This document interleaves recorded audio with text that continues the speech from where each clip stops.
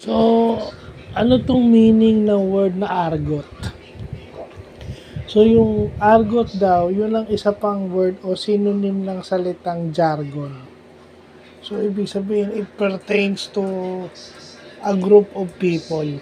Diba? Pag sinabi mong teenage argot, grupo ng mga teenager. Diba? So, parang ganun yung meaning. Well, it's a Sunday, pero at least lumalawak yung ating vocabulary. No? I mean, ilang araw pa lang ng 2025, medyo ang ating vocabulary at ang ating knowledge mayroong nadadagdagan na naman. Continued from 2024. Okay? Nagtuloy-tuloy yan. Magmula nung nagsimula ako mag-vlog hanggang ngayong 2025. Actually, patapos pa lang yung 2024, marami na tayo natututunan.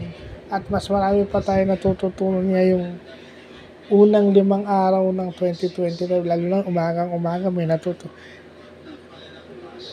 Noong ko pa ito nakuha, pero ngayon ko lang na i-vlog. So, at least nabago na naman yung ating nag-increase na naman yung ating vocabulary, which is maganda. Which is yun naman talaga napaka-importante, nag-i-increase yung ating vocabulary. Kumbaga yung word, yung ating alam na word ay nag-i-expand. So, pwede natin gamitin yun. At saka pwede natin gamitin yung or. Natin yung connector na or para ma-specify. Para lumabas minsan yung ating vocabulary range.